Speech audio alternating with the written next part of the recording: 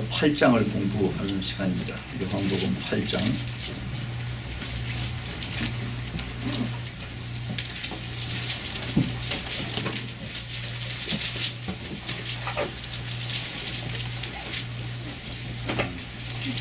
지난 주일에는 제가 눈 때문에 성경 공부를 못하고 그리고 대신 그 질문하는 시간을 갖고 그렇게 했는데 오늘도 눈은 안 보입니다. 그렇지만은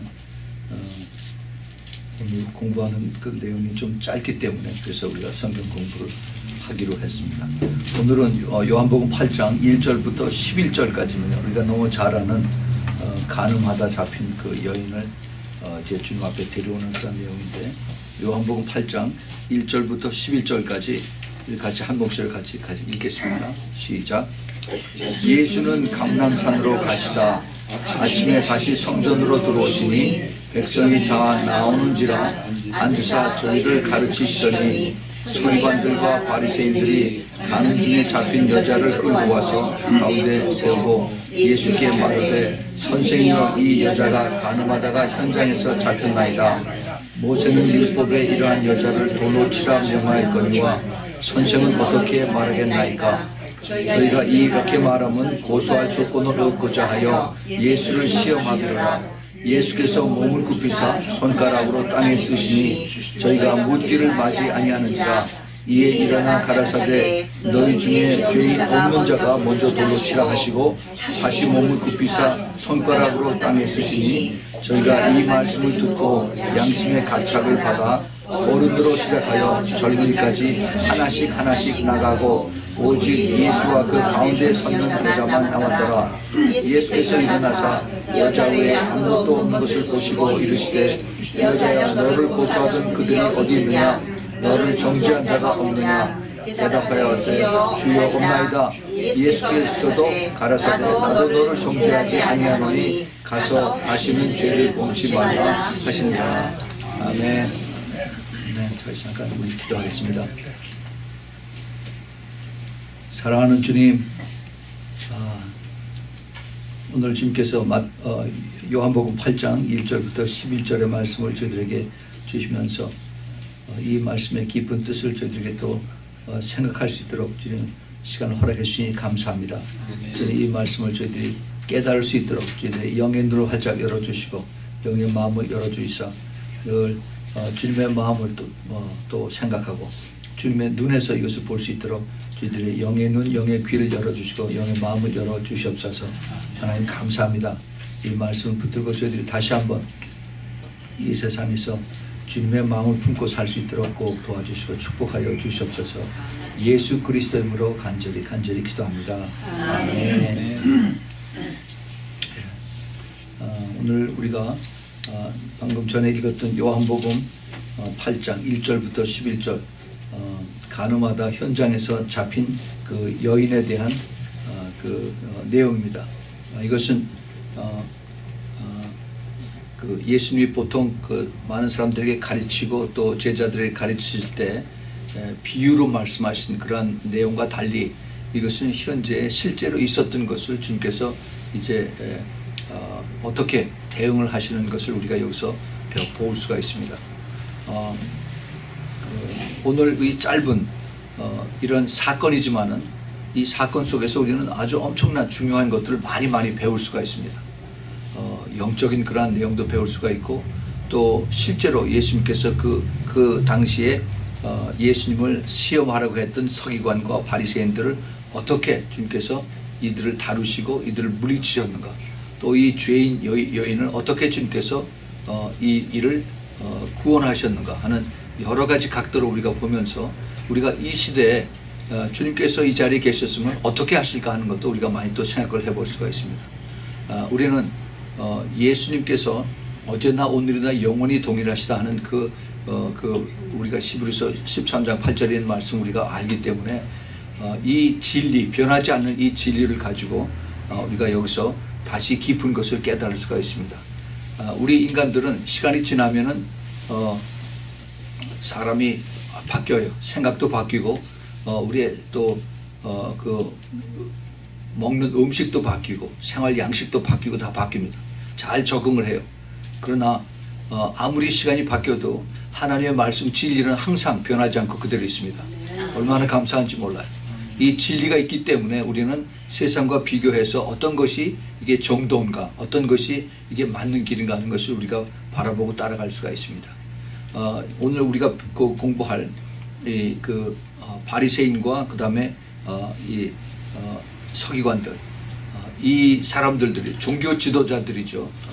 그 당시에 예루살렘을 중심으로 해서 유대 지방에 있는 많은 유대인들에게 그들에게 이제 리더격으로 그 종교 지도자들이 이제 예수님을 코너에 몰아넣고 그리고 예수님을 꼭 붙잡아서 이제 그를 정죄하고 또 죽일 수 있는 그 자리까지 이제 끌고 갑니다. 근데 그 앞에 보면 오늘 지지난 주에죠. 우리가 그 앞에 그 요한복음 7장에 보면 예수님께서 가을 절기 제일 마지막 장막절 그때 예수님께서 이제 예루살렘에 가셔서 그 장막절에서 유대인들과 또 싸우는 그러한 내용들을 우리가 기억하고 계실 것입니다.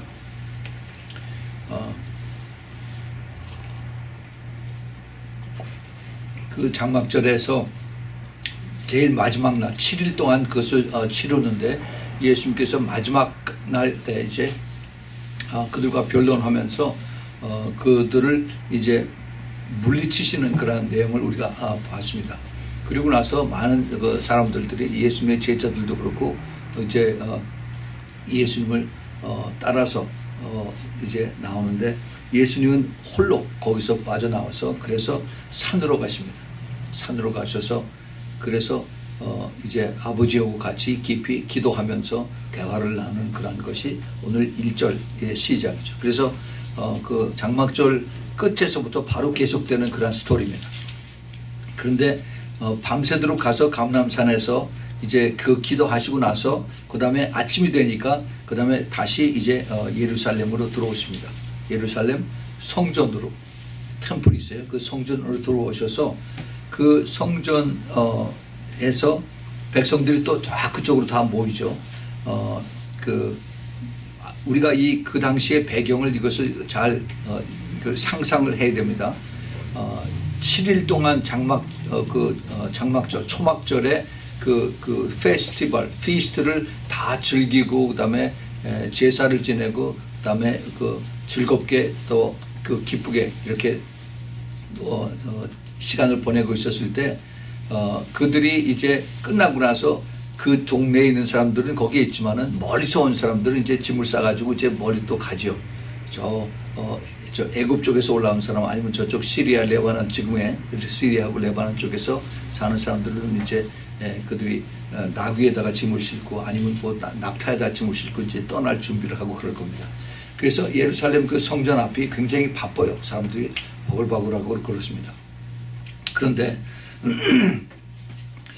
그 당시에 그 많은 사람들이 이제 특별히 남자들은 1년에 3번씩 그 절기를 지키기 위해서 예루살렘에 와서 지키죠. 이 마지막 절기 장막절을 지키면서 이 사람들이 예루살렘에 오면은 성전이 한가운데 딱 있어요. 예루살렘 그 높은 곳에 언덕에. 그리고 나머지는 이제 전부 다 들판 같은 데입니다. 들판. 근데 이 많은 사람들이 종교심이 강한 사람들이 와서 그래서 하루도 아니고 일주일씩 거기서 있어야 되기 때문에 이 장막을 가져와요. 텐트를 가져와. 그래서 그 텐트를 그 주에다 쫙 치고 그러고 삽니다. 그런데 이 텐트를 치고 사는 이 사이에 창녀들이 오는 거예요. 그래서 거기서 이제 멀리서 장막절을 지키러 온 사람들과 창녀들이 거기서 또 돈을 벌고 그런 거죠. 근데 그런 상태, 그런 그 사회 생활, 그 컬처 속에서 이제 유대인들이 그걸 기회를 잡고 있다가 그 텐트 속에서 그런 일이 벌어진 걸 붙잡아 가지고 와서 그래서 이 여자를 이제 예수님 앞으로 데리고 나오는 겁니다. 이제 거기서부터 이제 이 스토리가 진행이 되는 거예요. 그래서 거기 보면은 아침에 2절에 아침에 다시 성전으로 들어오시니 백성이 다 나오는지라 앉으사 저희를 가리시셨습니다. 예, 그래서 이제 성전 뜰 앞 마당에서 이제 주님께서 이것을 가리십니다. 근데 그걸 우리가 그 성전 하면은 성전 그 주위에 전부 다 아주 잘 정리가 되고 그런 것처럼 생각하지만은 성전 하나만 돌로만 덮이 되어 있고 그 주위에는 전부 다 그 흙이에요. 흙. 그 먼지가 엄청 많이 나는 흙입니다. 흙. 그냥 땅바닥에. 거기에 사람들이 텐트를 치고 거기서 살고 있는데 거기에서 이제 예수님께서 많은 사람들을 앉혀놓고 가르치십니다. 그랬는데 그러는 그 시간에 서기관과 바리새인들이 간음 중에 잡힌 여자를 끌고 와서 가운데 세우고 예수께 말하되 선생이여 이 여자가 간음하다가 현장에서 잡혔나이다. 모세는 율법에 이러한 여자를 돌로 치라 명하였거니와 선생은 어떻게 말하겠나이까. 자, 이게 그 3절부터 5절에 서기관과 바리새인들이 예수님의 죄인을 그 고발하는 그런 내용을 이제 여기서 표시하고 있습니다. 예수님에게 데려와서 공개 처벌을 요구하는 겁니다. 간음하다 현장에서 잡힌 여인을 이제 물적 증거를 가져와서 이 여자가 죄이니까 당신은 어떻게 하겠소? 당신이 선생이라고 그래요. 이 지금 종교 지도자들입니다. 서기관과 그 다음에 바리새인들, 이 사람들이 예수님을 선생이라고 그러면 자기네들도 예수님을 랍비라고 이렇게 인정을 하는 것입니다. 그래서 그 랍비에게 당신은 하나님의 율법을 다 알고 있으니까 이 여자를 어떻게 처벌하겠소? 라고 이제 그 예수님을 코너에 몰아넣고 이제 그를 꼼짝 못하게 하려고 이제 그렇습니다. 그런데 여기서 이걸 우리가 자세히 보면은 예수님은 그 율법을 완성하고 오신 분이고 사실 보면 율법을 쓰신 분이 예수님만이에요. 그렇죠? 그래서 그 예수님께서 이 사람들이 오기 전에 그들의 마음을 다 알고 계신 예수님이 그걸 왜 모르시겠어요? 근데 예수님이 여기서 이러한 사건에서 어떻게 대응하시는가 이걸 우리가 잘 봐야 됩니다. 사실 그 율법에 의하면은 그 당시에 하나님이 모세에게 주셨던 그 레위기의 말씀이나 또는 그 신명기의 말씀을 또 민수기의 그 말씀들에 의하면은 이 간음하다 잡힌 여자를 처벌하라고 그랬는데 근데 이 여자 혼자만 잘못한 게 아니죠. 남자도 있잖아요. 그렇죠? 근데 이 남자는 데려오지를 않았습니다. 그 당시에 율법을 보면 레위기 20장 10절에 보면은 이런 말씀이 있어요. 누구든지 남의 아내와 간음하는 자, 곧 그 이웃의 아내와 간음하는 자는 그 간부와 음부를 반드시 죽일지니라 그랬습니다. 그러니까 남자와 여자를 같이 다 붙잡아서 죽이는 겁니다. 이게 하나님의 말씀이에요. 그런데 그 종교 지도자들은 남자는 내버려 두고 여자만 붙잡아 와서 그 다음에 여자를 어떻게 할 건가 이제 예수님에게 이제 물어보는 겁니다. 그 레위기뿐만 아니라 그 신명기 22장에도 나왔습니다. 22장 22절부터 24절까지 남자가 이분녀와 통간한 것을 보거든 그 통간한 남자와 그 여자를 둘 다 죽여서 이스라엘 중에 악을 제거할지니라. 처녀인 여자가 남자와 약혼한 후에 어떤 남자가 그를 성읍 중에서 만나 통간하면은 너희는 그 둘 다 성문 앞으로 끌어내고 그들을 돌로 쳐 죽일지니 그 처녀는 성읍 중에 있어도 소리를 지르지 아니하였으며 그 남자는 이웃의 아내를 욕보였습니다. 이는 너희는 이와 같이 하여 너희 중에 악을 제할지니라 그랬습니다. 악을 제하라. 이것이 그 당시에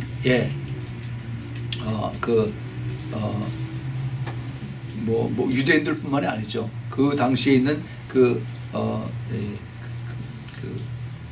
이스라엘 지역의 팔레스타인 지역의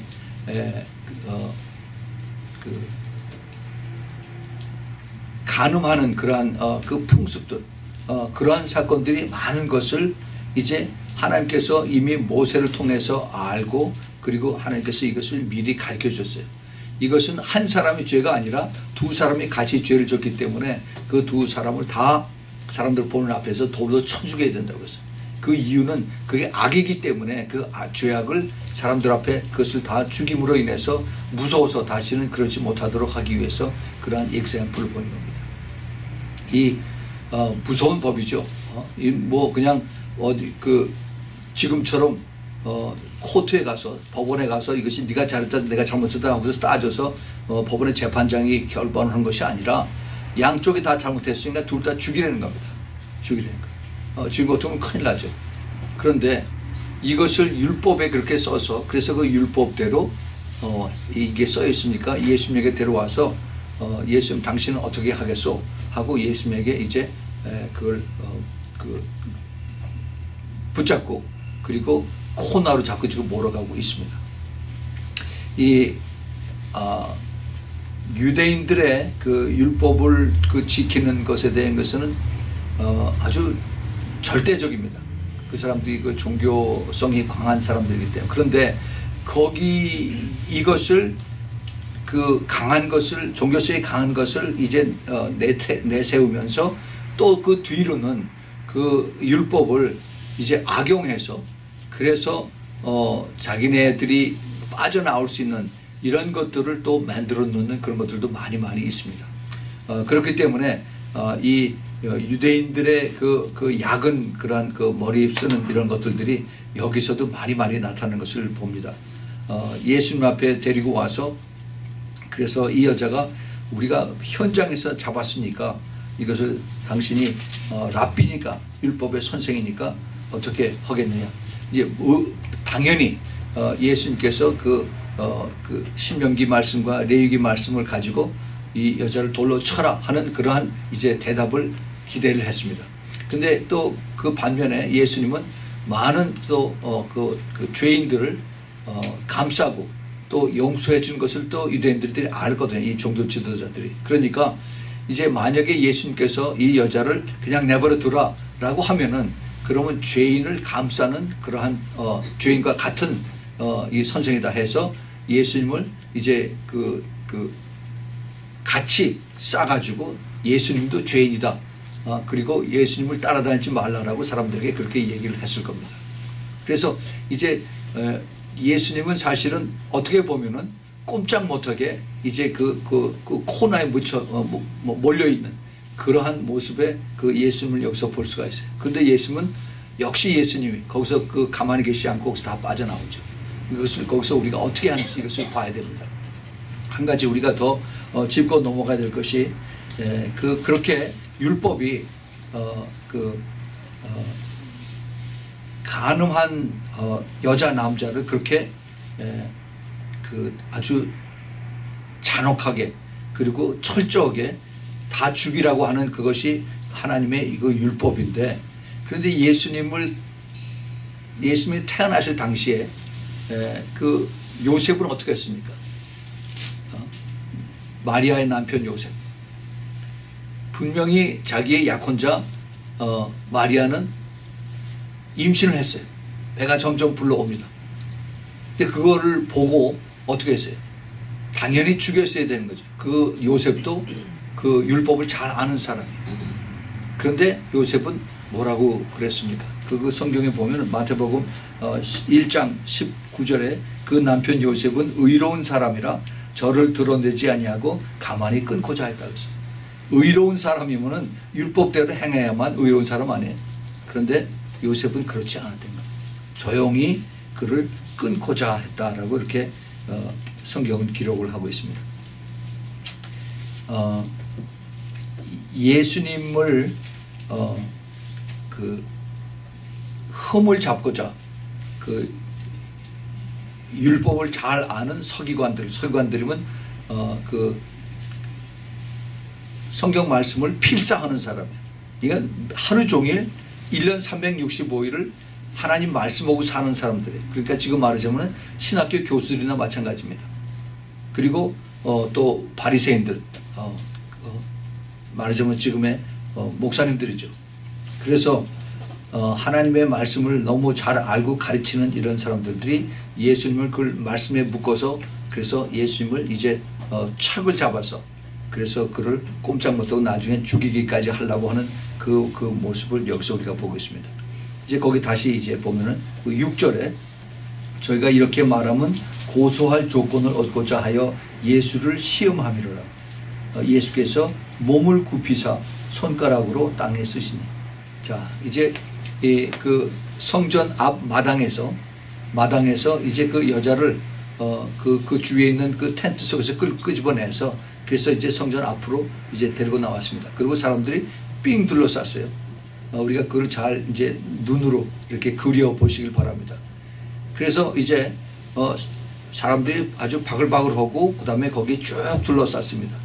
그 제일 가운데 예수님이 있고 그 다음에 여인이 거기 꿇어 앉아서 이제 땅바닥을 바라보고 있고, 그리고 그 주위에 있는 사람들이 이제 살기가 등등해서 그래서 예수님을 바라보고 어떻게 할 거요? 어떻게 할 거요? 소리 막 지르면서 그러면서 이제 예수님을 압박하기 시작을 합니다. 그랬더니 예수님께서 그들에게 그 소리 지르고 그를 막 그냥 위협을 주고 하는 것에 아랑곳 없이 가만히 엎드려서 이제 그 흙에다가 손가락으로다 글을 쓰기 하기 시작했습니다. 여기 참 굉장히 그 아이러니한 그런 그 모습을 현장에서 우리가 눈여겨볼 수가 있는데, 예수님은 그 사람들이 소리 지르면서 그 선생이여 어떻게 하겠소? 선생이여 당신은 율법 잘 하지 않소? 선생이여. 그래서 소리 막 지릅니다, 주위에서. 근데 거기에 대답을 하나도 안 하세요.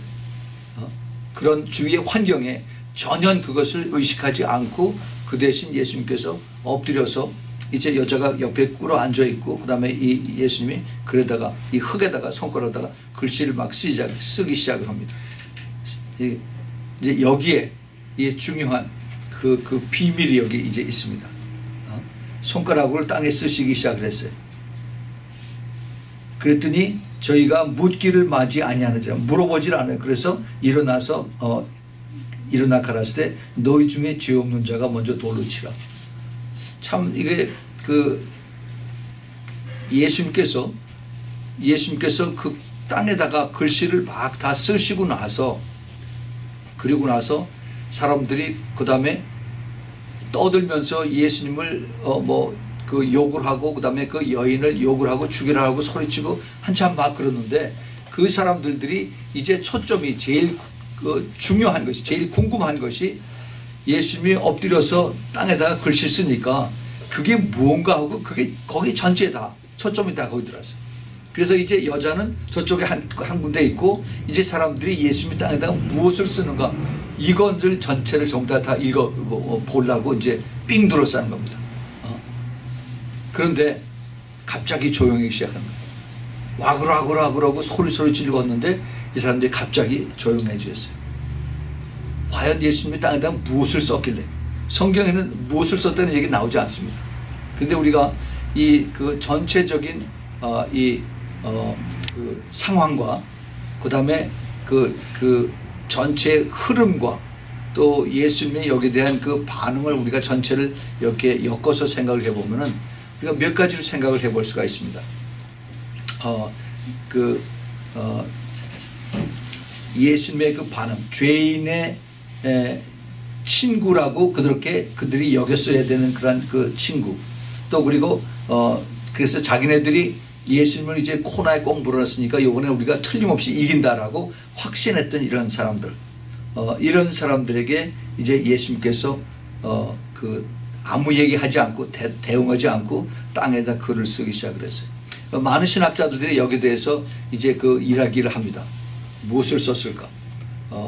물론 이제 그 10계명 중에 하나, 그 출애굽기 20장 14절에 나오는 간음하지 말라 하는 그것을 너무나 다들 잘 알죠. 근데 그 간음한 것이 죄인 것을 다들 아는데, 그런데 예수님이 보다가 땅에 썼던 것은 과연 무엇을 썼을까? 그 여러 가지 추측들이 있습니다. 그 여자와 간음했던 남자의 이름을 썼을까?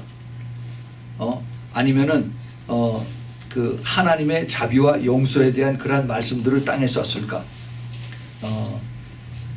또 아니면은 그들 중에 혹시 그 여자와 간음했던 사람들이 있었을 텐데, 그럼 그 사람의 이름들을 썼을까? 뭐 여러 가지 추측들을 하지요. 저는 이렇게 생각을 해요. 이 여자가 죄인인 것은 그건 뭐 아주 분명한 사실인데, 그런데 그 주위에 있는 사람들이 나이가 많은 사람들이 있고 젊은 사람들이 다 있다라고 그랬습니다. 그런데 이들에게 주님께서 이제 예수님 어깨 너머로 다 보게 그렇게 하시면서 쓰시죠. 근데 예수님이 어떤 분이신가, 이것을 우리가 잘 알아야 됩니다. 예수님은 우리의 모든 생각까지 알고 계세요. 요한복음 2장에서 우리가 그걸 배웠습니다. 사람들의 생각을 다 알고 계신 분이에요. 그러니까 우리를 창조하신 분이니까 다 알고 계시죠. 그래서 모든 사람들의 한 사람 한 사람의 자기의 과거의 모든 것을 다 알고 계신 분입니다.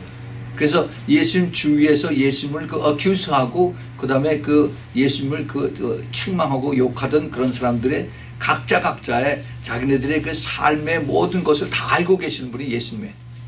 그러니까 이 사람들이 과거에 간음했던 여자들, 그런 사람들의 이름을 적지 않았을까? 아니면 그런 간음했던 이러한 것들의 구체적인 그런 증거들을 예수님의 땅에서 적어 놓지 않았을까? 거기에 대한 하나님 말씀을 적어 놓지 않았을까? 그러니까 사람들이 보고서 속이 찔끔한 겁니다. 남들이 보기 전에 자기가 보고서 이건 내 얘기인데 어떻게 저 선생이 내 그 소리를 알고서 거기다 이것을 쓰지?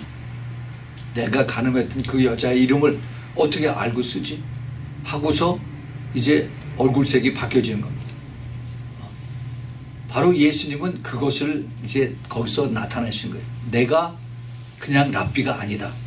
내가 바로 너희를 창조한 하나님이다 하는 것을 예수님께서 여기서 스스로 나타내신 것입니다. 우리가 야고보서에 보면은 야고보서 4장 12절에 입법자와 재판자는 오직 하나님이시니 능히 구원하시기도 하시며 멸하기도 하시니라. 너는 누구간데 이웃을 판단하느니라. 그래서 정죄하고 판단하는 것, 이것을 오직 하나님만 하시고 우리 인간들이 해서는 안 된다 하는 것을 이제 우리는 나중에 우리가 성경을 통해서 우리가 알죠. 우리가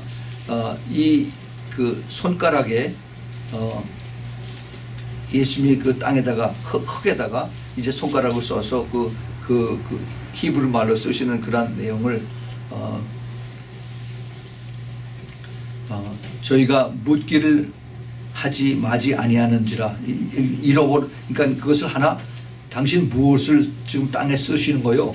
그 쓰시는 내용이 뭐요? 라고 물어보는 사람이 하나도 없다는 겁니다. 참 이상할 정도죠. 그러니까 나이 많은 사람이나 거기 보면은 거기 어른이나 또 젊은이까지 뭐 다 얘기를 하는데 그 사람들의 죄가 거기 다 있는 겁니다. 그래서 일어나서 가라사대 너희 중에 죄 없는 자가 먼저 돌로 치라. 그러니까 이 사람들의 여기에 그 간음에 관련된 그 직접적인 죄를 다 쓰신 겁니다. 아주 구체적으로. 그러니까 꼼짝을 못하죠. 꼼짝을 못해요.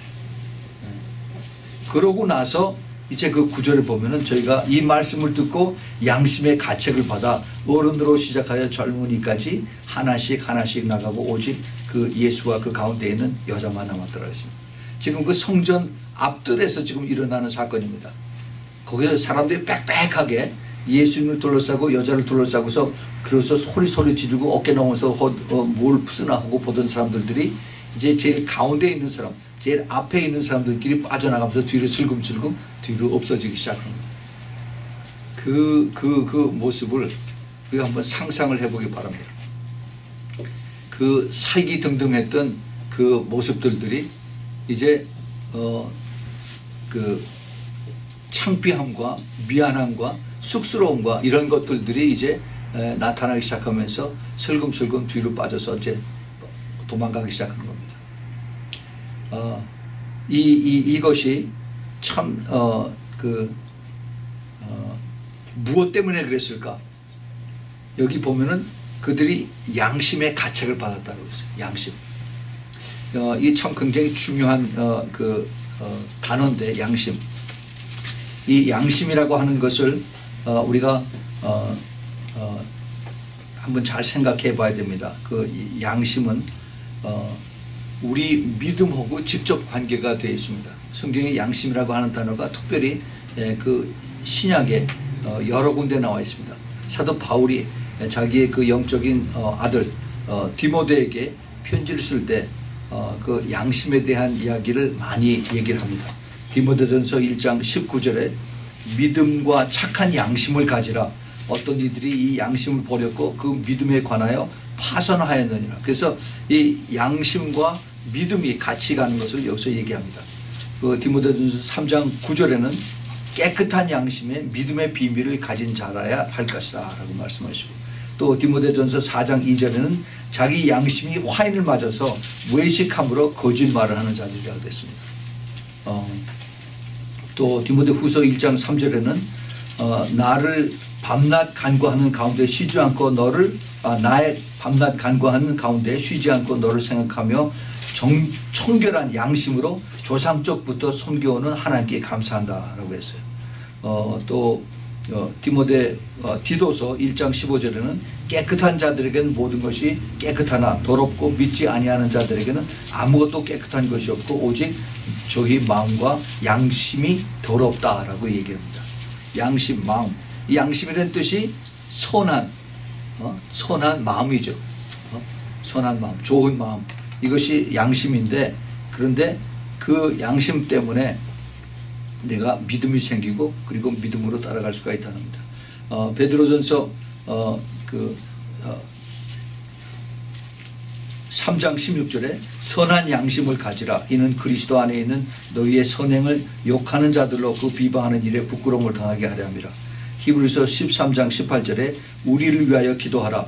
우리가 모든 일에 선하게 행하려 함으로 우리에게 선한 양심이 있는 줄을 확신하노라. 그랬어요. 이 선한 양심, 좋은, 그러니까 우리 마음속에 깨끗하고 그리고 정결한 마음, 이러한 것을 가지라라고 이렇게 이야기를 합니다. 이 선한 양심이 있을 때 내가 부끄러운 줄 알고 죄를 내가 멀리 할 줄 알고 그 양심이 살아 있을 때 내가 회개를 할 수가 있습니다. 그런데 이 양심이 화인을 맞으면 이게 양심이 아니라 그다음에 이게 흑심이 되면은 악한 마음이 되면은 그다음에 내가 하나님의 말씀을 들어도 이거를 깨닫지 못해요. 그리고 순종도 못합니다. 그리고 오히려 더 이제 반대하고 그리고 공격하는 그런 사람들. 그래도 여기 서기관들과 바리새인들은 양심이 살아있는 사람들이에요. 예수님을 그렇게 따라다니면서 욕하고 그리고 예수님을 책을 잡으려고 그렇게 했던 이런 종교인들이지만은 그래도 양심들은 살아있었어요. 누가 예수님이 직접 붙잡고 당신 언제 어디서 이런 짓 하지 않았어? 라고 물어보지 않아도 예수님이 그 땅에다 쓰신 이걸 보고 자기 양심에 이것은 나에 대한 것을 쓴 것이다 라고 그 죄를 깨닫고 스스로 부끄러워서 그래서 그 자리를 떠난 사람들입니다. 그래도 양심이 살아있어서 그 자리가 자기 있을 자리가 아니다라 생각하고 그렇게 한 사람씩 빠져나간 사람들, 양심의 가책을 받아서 떠나간 사람들. 그런데 어른부터 젊은이까지라고 해서 늙은이들에게 죄가 더 많아요. 더 오랫동안 살았기 때문에 그 오래 산 것에 대한 자기네들의 그 죄가 얼마나 더 많겠어요. 회개하지 않고 그냥 숨겨서 자기만 알고 그런 죄들을 가지고 온 이런 사람들, 이런 사람들에게 하나님의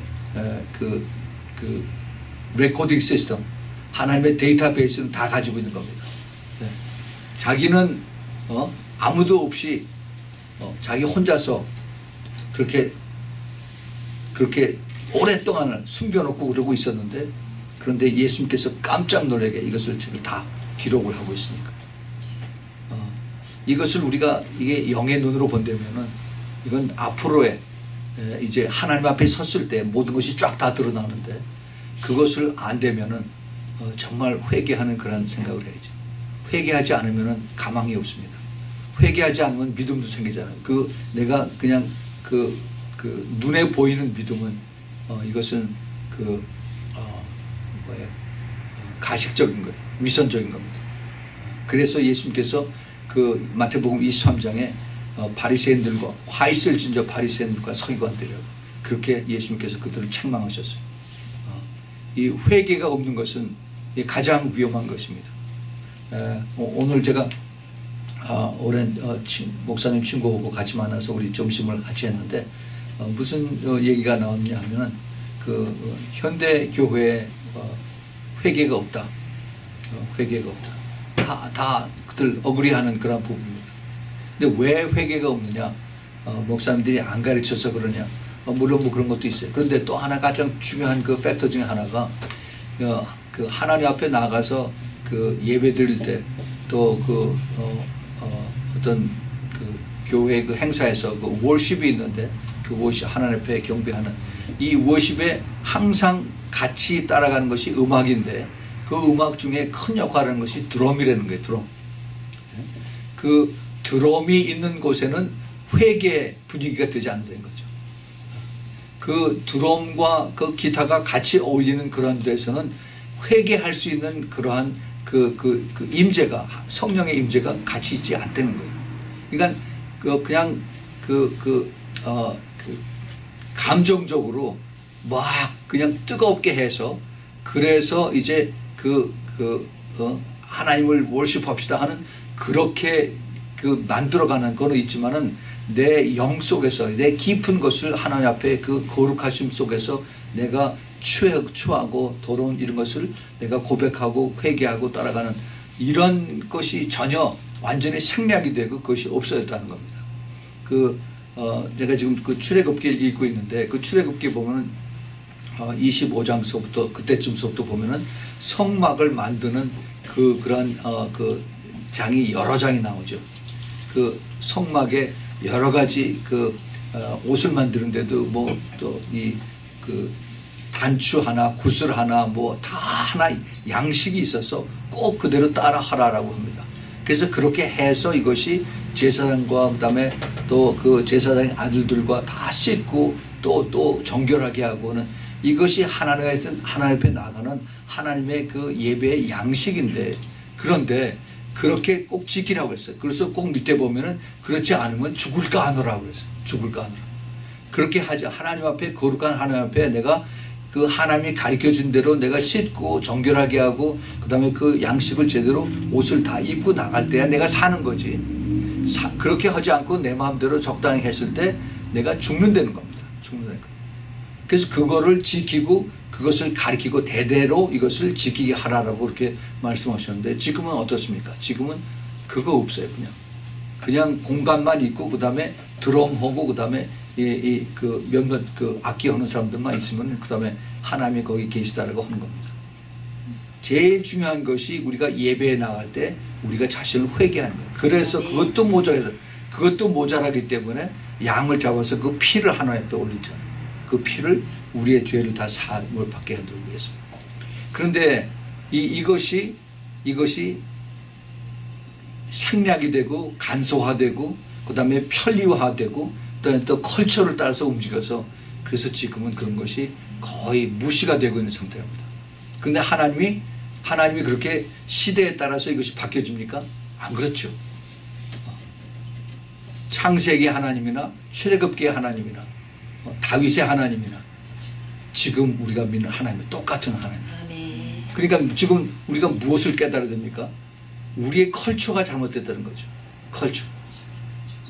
세상이 자꾸 변해요. 사람들이 변하고 주위의 삶이 변하고 그 다음에 생활 양식이 변하고 그 다음에 모든 게 편리하게 쉽고 편하게 이렇게 다.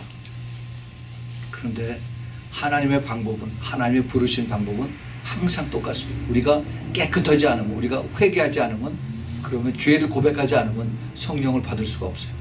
우리가 성령하고 우리가 계속 찬양을 하고 공중공중 뛰고 그렇지만은 그러나 그렇다고 해서 성령이 그 안에 오시냐? 그렇지 않아요. 깨끗해야만 성령이 오십니다. 아멘? 예.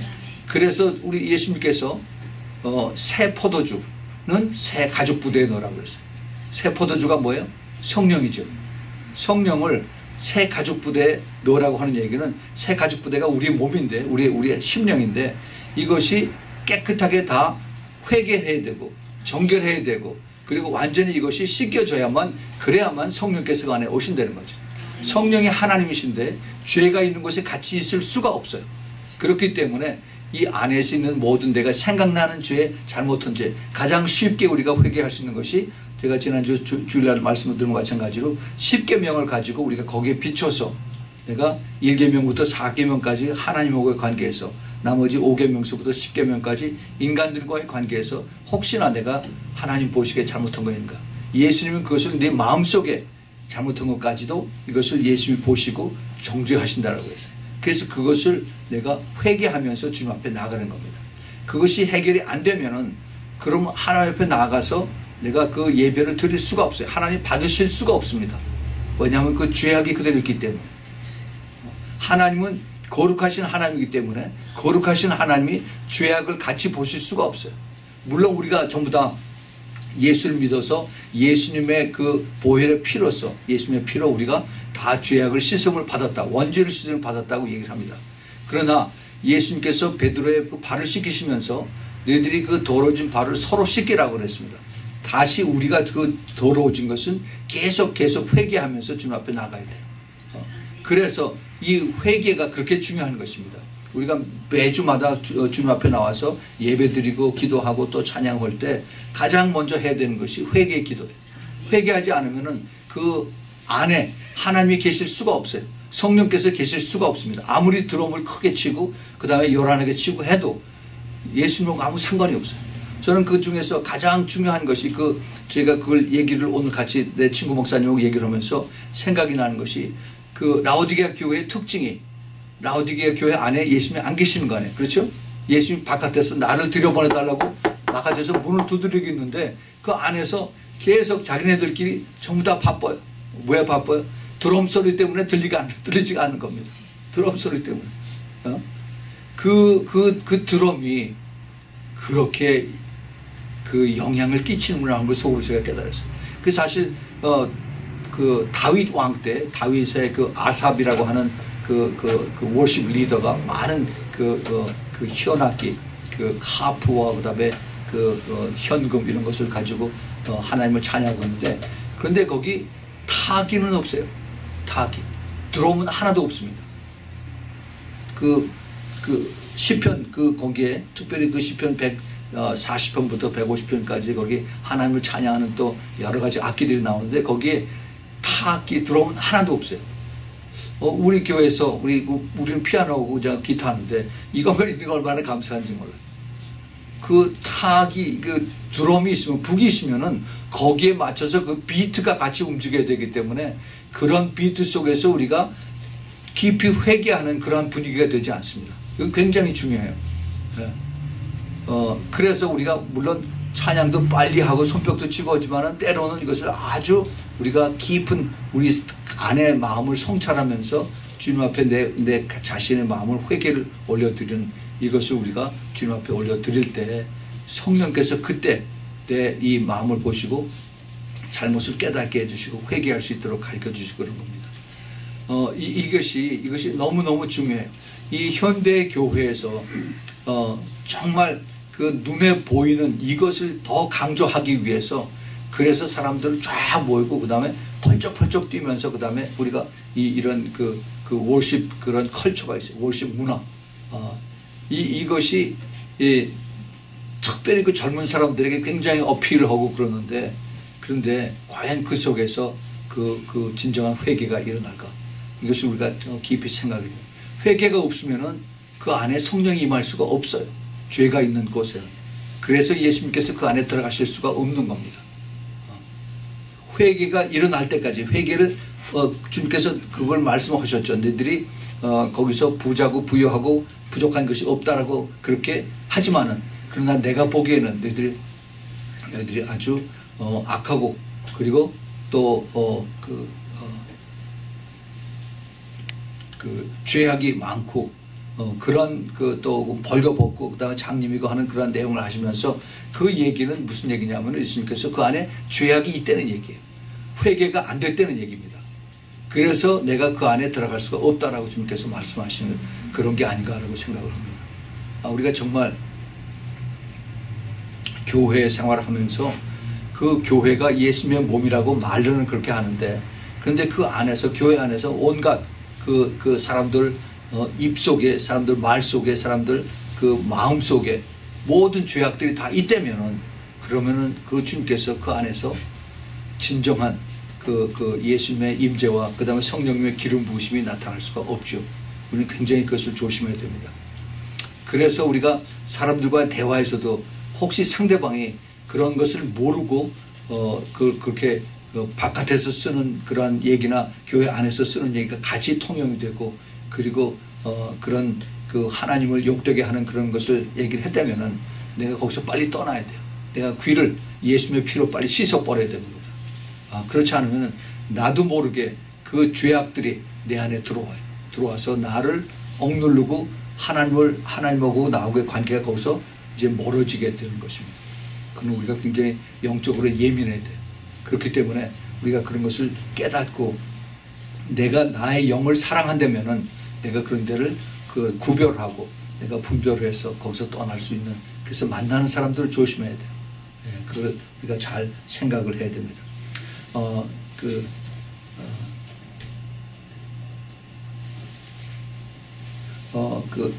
얘기가 좀 길어졌는데, 그 양심에 대해서 예수님께서 그 양심에 대해서 말씀하시면서 그 양심의 꺼리킴, 양심의 가책을 받은 사람들이 이제 떠나가는 그런 내용을 봅니다. 이 양심이, 그래도 그런 사람들은 양심이 살아있어요. 살아있기 때문에 양심의 찔림을 받아서 그 자리를 떠났습니다. 그런데 그 양심의 화일을 맞으면 어떻게 됩니까? 양심이 새까맣게 타버리면은, 그러면 아무리 예수님께서 진리를 얘기를 하고 내가 잘못했다, 너는 죄인이다라고 해도 그거를 받아들여지질 않습니다. 그것을 인정을 하질 않아. 그 사람들이 누구냐 하면은 현대의 정치인들입니다.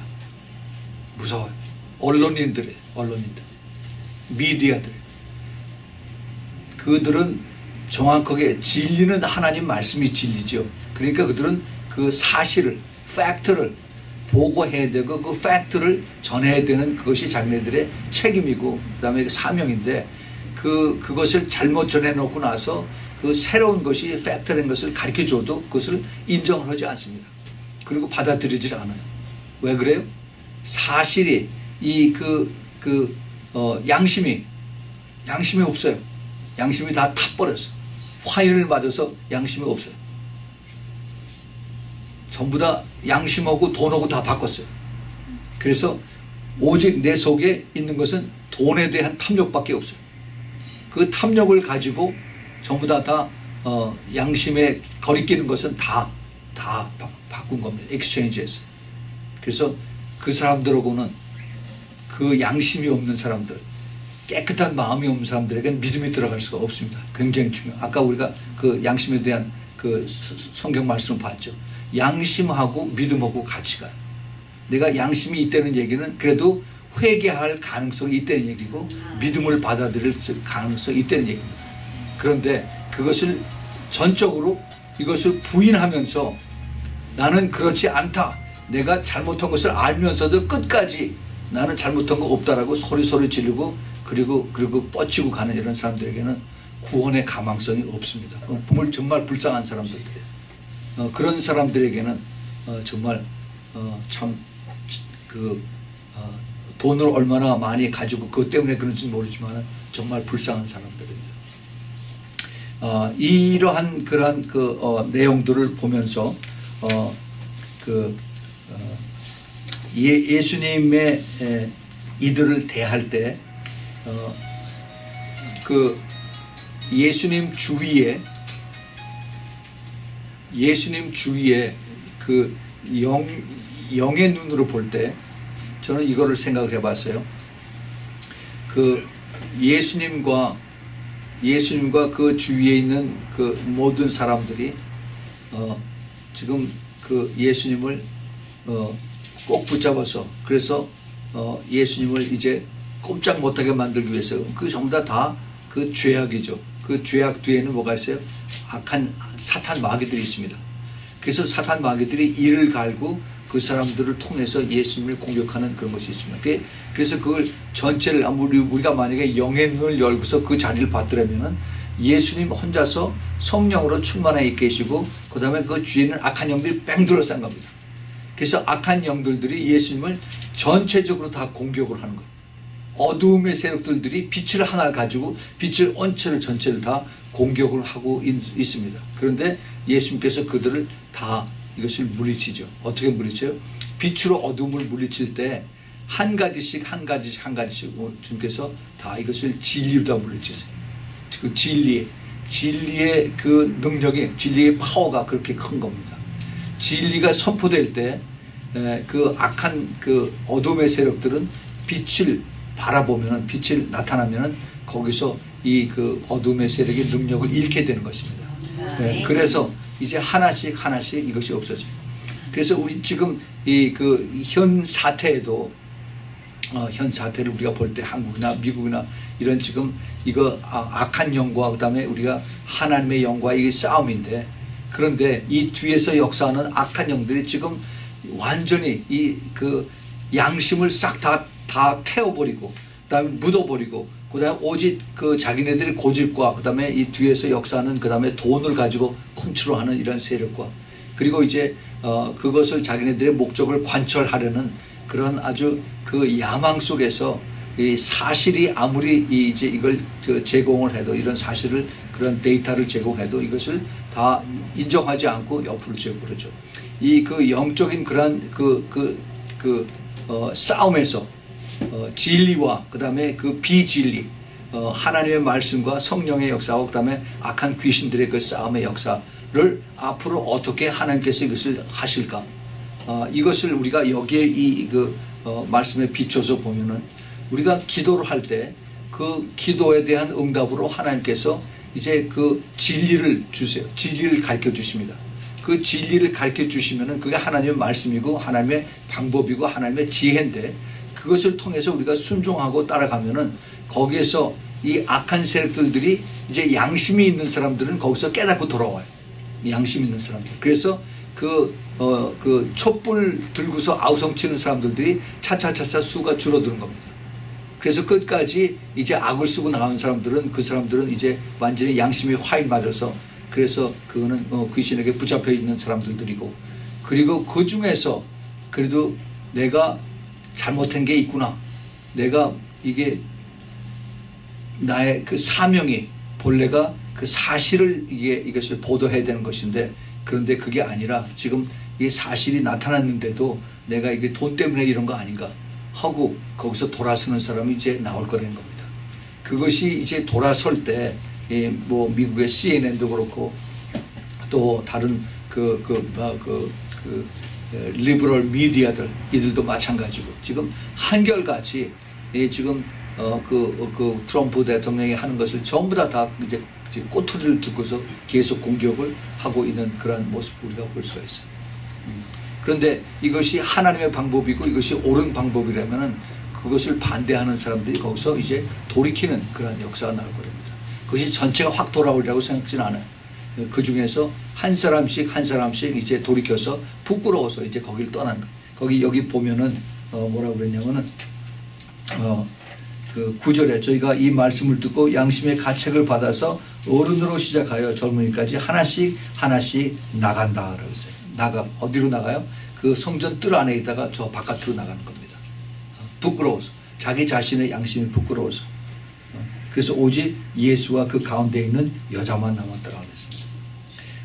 예수님을 이제 책을 잡고 그 꼬치를 잡아서 그래서 예수님을 이제 그 송사하고 어큐스하고 그다음에 나중에 죽이려고까지 그렇게 인정을 했다가 결국 예수님의 진리를 인정을 하고 예수님의 권위를 인정한 것입니다. 그랬을 때 예수님께서 여자야 너를 고소하던 자가 어디 있느냐 그랬더니 너를 정죄한 자가 없느냐 대답하여 가되 주여 없나이다. 예수께서 가르치되 나도 너를 정죄하지 아니하노니 가서 다시는 죄를 범치 말라. 여기서 우리가 한 가지 비교해 볼 그런 단어가 있는데 서기관들과 바리새인들은 예수님을 붙잡고 이제 다짜고짜로 뭐라고 얘기했냐면 선생이여 하고서 소리 지릅니다. 라비요 라고 선생이 이렇게 얘기를 했겠죠. 선생이. 근데 이 여인은, 이 죄인된 여인은 예수님을 주님이라고 이렇게 부르십니다. 주여 없나이다. 마음속에 예수님을 바라보는 그 마음의 태도가 여기서 이제 그 부르는 그 호칭에서 여기서 나오는 것을 이제 우리가 볼 수가 있습니다. 예수님. 사실은 다 떠나고 난 다음에 예수님하고 그 다음에 죄인된 가늠하다 잡힌 여자하고 둘만 성전 뜰 앞에 남아 있습니다. 아무도 없을 때 사실 예수님께서 너 왜 그러니 하고 그 여자에게 그렇게 책망할 수도 있었어요. 그런데 그런 이야기는 없습니다. 나도 너를 정죄하지 않는다. 너를 정죄하던 사람들이 어디 있느냐? 예수님께서 그렇게 물어보시는데 예수님 몰라서 물어보는 게 아니죠. 다들 갔다고 했어요. 예수님은 죄를 인정하고 타협하는 그러한 보통 사람들의 모습보다 용서하고 또 다시 한번 기회를 주고 그다음에 그 사랑을 나타내는 그 예수님의 그 마음을 보여주시는 것을 우리가 볼 수가 있습니다. 우리가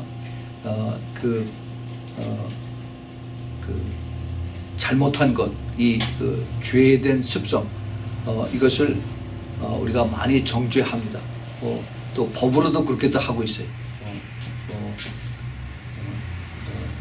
마약이다, 또 무슨 갬블링이다, 또 무슨 도둑질하다, 그리고 이 여러 가지 것을 다 이제 법으로 다 이것을 제어하고 그 다음에 이것을 못하게 하고 그렇게 하죠. 그런데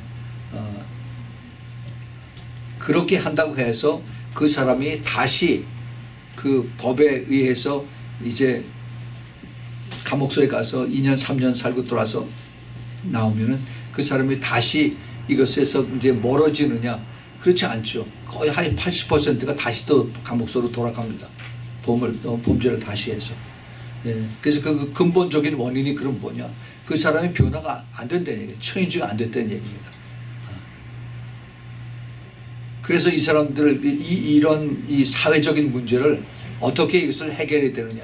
그것이 가장 큰 문제예요. 그 시장이나 카운슬맨이나 아니면 여기 스테이트에서도 가장 큰 문제가 이 범죄, 점점 늘어나는 범죄. 어떻게 해야 되냐. 그럼 우리가 세금을 더 걷어서 그 다음에 폴리스맨을 더 많이 하여하고 그 다음에 감옥소를 더 넓게 더 크게 짓자. 해마다 하는 게 그게 주민투표 발의하는 것이 다 그걸 겁니다. 근데 그렇게 해서 이게 문제가 해결되냐? 안 되죠. 안 돼요. 점점 더 커집니다.